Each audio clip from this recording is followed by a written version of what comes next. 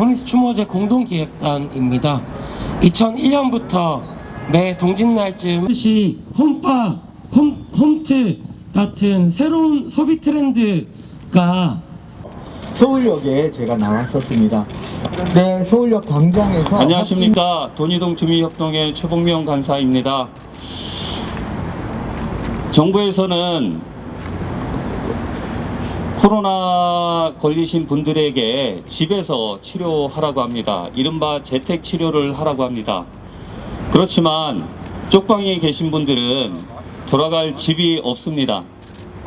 왜냐하면 코로나 걸리는 순간부터 집주인은 입주자를 쫓아냅니다. 그리고 문을 걸어 잠급니다. 병원에서도 베드가 없다고 갈 병원이 없습니다. 병원에서도 받아주지 않습니다.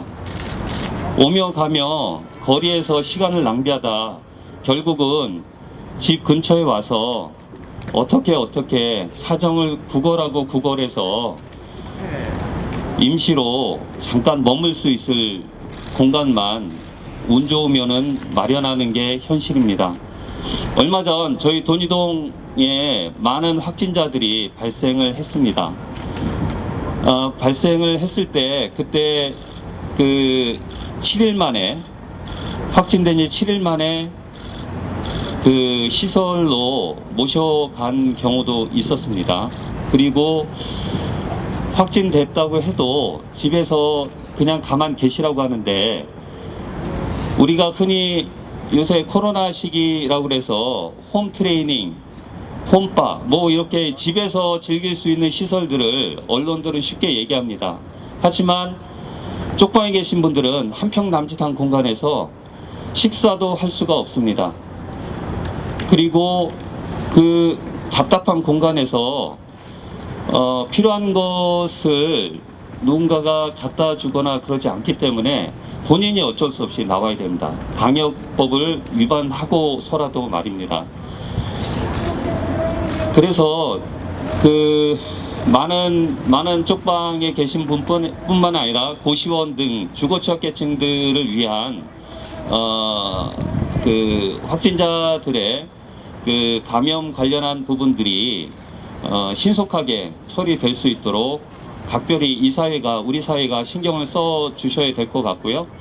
그리고 앞전에 말씀드렸듯이 이 취약계층들이 지역사회 이대로 두면 지역사회에 감염을 시킬 수 있는 여지도 있습니다. 그리고 오히려 그런 것들을 통해서 이분들을 사회에 문제가 되는 그런 사람들로 오해를 시키게끔 하는 그런 우려도 있습니다. 그래서 저는 오늘 이 자리에서 취약계층들을 위한 그 신속한 이송과 그리고 생활치료 시설을 촉구하기 위해서 이 자리에 모였습니다. 확진자 주변에 시설 종사자와 경찰이 바리케이트 형식으로 둘러싸고 있다라는 소식까지 듣고 급히 갔는데, 다행히 그 당시에는 그런 상황이 끝이 나 있었고 멀찌감치 경찰과 시설 근무자가 지켜보는 상황이었습니다. 하지만 확진자 분 같은 경우에는 그런 춥고 바람이 부는 상황에 본인의 짐 앞에서 우두커니 가만히 서 있는 상황이 계속 지속이 됐습니다. 주변 거리 홈리스 분들에게 듣기로는 1시간 남짓 이분이 이렇게 계속 서 있었다라고 하셨습니다. 그 모습이 마치 서울시가 거리 홈리스를 대하는 또는 마주하는 시선이 아닐까 싶었습니다. 주변에서 그 상황을 계속 지켜보던 거리 홈리스들의 말을 빌리자면, 오늘도 확진자가 두 명이나 나왔고, 그리고 나는 너무 두렵다. 내가 어디에서 어떻게 이 코로나에 감염될지 너무 두렵다라고 얘기해 주셨고, 그리고 확진을 받으면 사형 선고를 받는 거나 마찬가지다. 저렇게 세워놓고 감시하고 내가 확진자라는 것을 광고하는데 기분이 어떻겠느냐. 병상이 없어서 그렇다는 건 알겠는데 저런 방식은 아니다. 병원이나 생활시설로 이송을 하든지 나도 저렇게 될까봐 겁이 난다는 이야기를 해주셨습니다. 또 다른 분은 저에게 누가 음성 확인증을 받으러 계속 가겠느냐라는 이야기를 해주셨습니다. 음성 확인증 같은 경우에는 거리 홈리스 분들이 거리에서 생활하기 위한 주거를 받기 위한 상담이나 급식을 먹기 위해서는 꼭 필요한 코로나 음성 확인증입니다. 그런 것들을 이제 겁이 나서 받지 못하겠다라는 이야기를 해주셨습니다.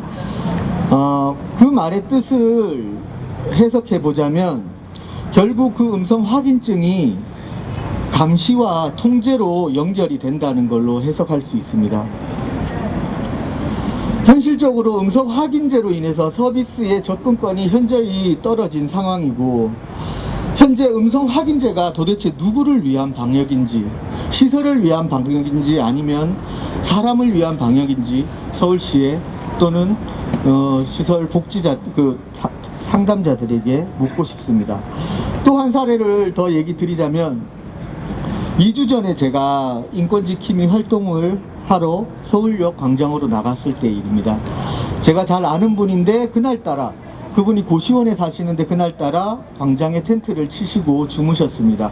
왜 따뜻한 방 놔두고 여기서 주무시느냐라고 물어봤더니 본인이 지금 현재 거리에 확진자가 생겼고 본인도 그 확진자와 같은 공간에서 있었기 때문에 고시원 거주자들이 혹시나 감염되지 않을까 생각이 들어서 스스로 텐트를 치고 자가 격리를 하고 있다고 하셨습니다. 스스로도 고시원에서 자가 격리 자체는 불가능하다라는 이야기를 해주시고 그 사실을 알고 있으셨습니다. 확진자가 발생한 고시원의 현실도 자가 격리가 아닌 방치의 상황입니다. 서울 용산구에 소재한 고시원에서 11월 22일 날 확진자가 발생했을 때 그 며칠 뒤로 26일, 28일 연속해서 확진자가 계속 발생하던 상황이었습니다. 그러나 22일 날 발생한 확진자는 5일이 지난 27일에야 병원에 입원을 할 수 있었고 26일, 28일에 확진된 이들은 아직도 고시원에 있는 상황이라고 합니다. 말이 좋아 자가격리지 용번이나 음식을 조리하기에 공용 주방과 화장실을 같이 써야 하는 상황이고 계속 그들이 계속 접촉을 할 수밖에 없는 상황입니다. 그리고 고시원 운영자는 확진자들에게 컵라면을 사서 넣어 주었다고는 하지만 한두 번의 임시 방편에 불과합니다. 이건 사실상 코호트 격리이자 방치입니다.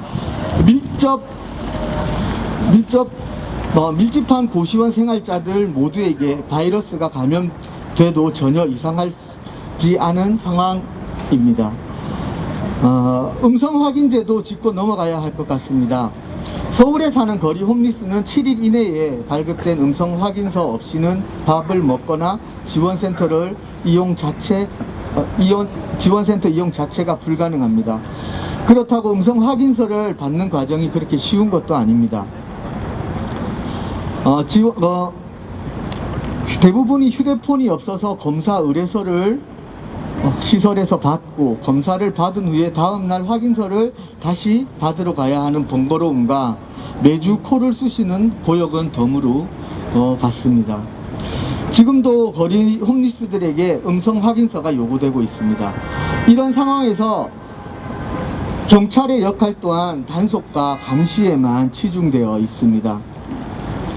오히려 음성 확인서를 지원받을 수 있도록 시설에 연계를 해주든지 경찰이 동행을 해야 함에도 불구하고 오히려 동료 거리 홈리스를 이용해 음성 확인서 동행을 요구한 사례도 있다고 들었습니다. 감염 홈리스에 대한 이송과 치료 대책을 신속히 마련하라.